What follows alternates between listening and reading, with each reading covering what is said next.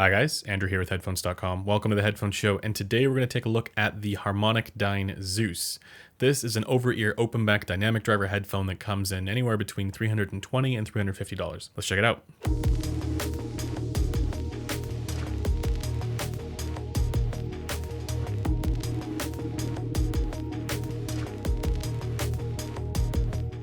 As a disclaimer, this unit was sent to me by Lynn Soul for evaluation, but I've not been paid to say anything in particular about it, and all thoughts and opinions are my own. I've left a link in the description if you guys want to check out more information on this.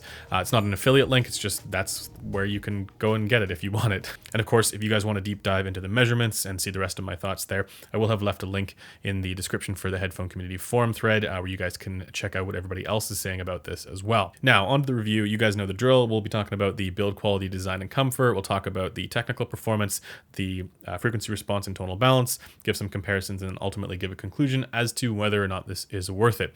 And I do want to just let everybody know that I've also done a review of the HarmonicDyne Helios. That's sort of like the little brother of this headphone. This one is the better performing yet also more expensive version of the two. And as we will see, they are very similar in their form factor, in their build, and how they look and how they feel. And in fact, they are identical for everything except for this grill piece here. Now, there are some other differences. In particular, the Zeus comes with this cable here. Look at how massive and thick and heavy this thing is. This is the first thing that I would replace. If I were to get one of these, I would get a different cable. But this does have, let me just show you guys the ends here. This is the standard 3.5 millimeter connectors, so it's really easy to find a replacement cable that's not too expensive, which I do recommend doing with this headphone. In fact, the cable that comes with the Helios is actually a better cable, at least ergonomically. Now, as far as the rest of the construction is concerned, the same concerns that I had about the Helios are present here as well, and it's that this mechanism here on the side, ooh, you guys can probably hear that, can't you? Loud clicks. The whole video, I'm just going to do this. This doesn't feel particularly sturdy. The wood here is apparently real wood, but it doesn't really feel all that premium. I mean, if you're going to do wood on a headphone, it's got to feel like it was, you know, handmade, and this just really doesn't. Now, thankfully, you get full cup swivel. I love this. This is great. And ergonomically, you know, for comfort, this is really nice. And that is, when I put it on, it looks kind of like this. It's really, really comfortable. One of the most comfortable headphones I find, and that's in large part because of how amazing these pads are. These are some of the best pads on any headphone, period. Now I'll take these off and show you the driver, but you know, just so you guys get a sense, look at how massive this is. The opening for this pad is enormous, and it feels super comfy. It feels very cushiony. So I don't get any weird, you know, pressure points on the side of my head. And then the top part is also padded here. Once again, this does not feel particularly, you know, robust as far as its build quality. It just feels like a metal bar with some plastic on it, but then underneath there's some padding as well. So at this price point, I would have hoped for a little bit better build quality here. You know, at the price point of the Helios, I didn't think that was really that big a deal because it was only, you know, under $200. And whereas this one at $350, you kind of would hope for something a little bit more sturdy feeling. With all of this design, there are screws for every piece here. So I imagine that if something did fail, you could probably replace it with something else. Maybe they have replacement parts available. I just realized that the serial number for this is 6. We're number 6. Regardless, yeah, I love the ergonomics and the comfort. I'm a little bit less, you know, enthusiastic about the build quality, and I really don't like the look of this wood with the silver and the wings. And no. But this looks cool. So yeah, that's great. Now, how does the HarmonicDyne Zeus sound? Let's begin with the technical performance here. We do have a beryllium 50 millimeter beryllium dynamic driver in here. Now, it's not clear whether this is just beryllium coated or whether it's pure beryllium, but it does look like, if you just take the pad off here, let me just do that. It does look like somewhat of a corrugated style for the outside, and that's a little different from the way that the Focal headphones look. They don't have the same kind of corrugations going around the ring here. In some ways, at this price point, I would kind of expect it to be just a coating, but either way, the technical performance here is really good. You know, I'm thinking about what this does really well. It's for technical performance specifically. it's everything. Like there's nothing about this headphone that is bad as far as technical performance goes. The soundstage is fantastic. It's, large, spacious kind of presentation, not the most spacious, but certainly competitive at this price. Much more spacious than what's going on with the HD 650 right here, or HD 6XX, right? So the 6XX I think is a competitor in many ways. Because you'd buy that in an amplifier and that would be about $350. And the soundstage on this is nothing like what's going on with the Zeus. The dynamics on the Zeus are also more punchy. Now, it's not the most punchy headphone if you compare it to like an Alex or something like that, or something else from Focal, or a closed back Fostex headphone. It's not like that, but it's still punchy enough to where it's engaging and fun to listen to.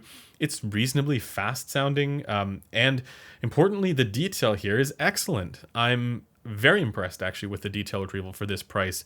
I was not expecting that, to be honest. Listening to the Helios, I was kind of I was okay. I mean, it wouldn't have been my pick, and I thought to myself, we've heard that before in the Philips Fidelio X2, and with the Zeus, it's like that on steroids as far as detail is concerned. Like, this is definitely up there with other headphones around this price. And, so comparing it against the Hi-Fi Man Sundara, which has been my primary comparison, that's, around this price. I do still think that the Sundara is a little bit more detailed than this as far as like instrument separation and stuff like that goes, but that's really just the planar advantage. When you're listening to music that doesn't have as busy passages going on, I think they're about on par. They're very close. And then, comparing this to, again, the Sennheiser HD 650, with a crazy amplifier, maybe this is more detailed, but the nice thing about the Zeus here is that it doesn't really need a crazy amplifier. You can run this off of most equipment. It's only 64 ohms. It's not particularly inefficient either. So this is a little bit more versatile, and in many ways it reminds me of some of the Focal headphones as far as the way that it's presenting the detail. Now, I don't think it's on the level of the Alex, but it's not far off. So this is surprisingly good for its technical performance. And for timbre, I know I said that there's beryllium here, and somewhere out there's somebody hearing that and freaking out about the timbre. And no, this is totally fine for timbre. It's not a particularly metallic sounding kind of thing. It's, apart from the placebo effect of hearing that it uses a metal diaphragm, and no, it's totally fine there. And I've been really trying to find faults with this at 350, but it's more just I'm pleasantly surprised. Now, it's not crazy. This isn't gonna, be a new benchmark at this price. I still think the Sundara outperforms it, but not by a lot. And with the Sundara, you need an amplifier. So, and it's also a planar. So if you prefer a dynamic driver kind of sound, for technical performance, this is absolutely competitive. Now let's talk about the frequency response and tonal balance.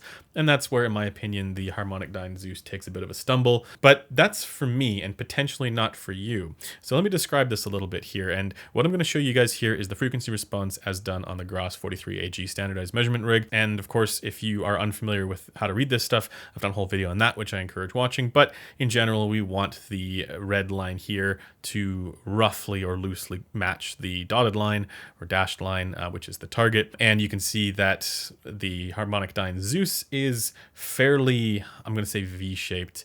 Now, it's not quite as V-shaped as the Helios, but it bears a strong resemblance to that kind of tuning. But rather than having sort of a withdrawn mid-range, it's more so that this is just elevated without a particularly distinct sub-bass shelf, which is kind of an issue for me. And this means that the bass does kind of bleed into the mids, especially the upper bass. From 100 hertz to about 500 hertz, this is just sort of a bit of a boomy kind of sound. And honestly, not that great. I prefer, a sub-bass shelf a little bit more like what the Target asks for here. But I do know a lot of people who like this kind of sound, and so if you want a warmer presentation, this is going to give it to you. And it is still a little bit V-shaped there because it's a little withdrawn there in the mids between 1 and 2K. But again, not as much as what's going on with the Helios. So it's not an extreme V-shape. It's more of a gradual V-shape with a more lower mid focus. And then for the upper mids and the ear gain, there is appropriate ear gain here, which I'm thrilled about. And for the treble, it's also not as spicy and aggressive as what was going on with the Helios or the Philips Fidelio X2, the old one, if anybody remembers that headphone. Now, it is a little bit forward there, but rather than being an aggressive kind of tone or a sharp kind of tone, it's more of like the S's and F's and T's are just a little bit more present there. So I don't mind it all that much. And then the rest of the balance here is reasonable. Probably could have used a little bit more air up there above that, but nothing all that bad. So So really what we have here for the tonal balance is a V shape that's a little bit more tilted towards warmth and body and thickness, and yeah, honestly a little bit bloated there between the bass and mids. That's not my preference at all. So I do EQ this.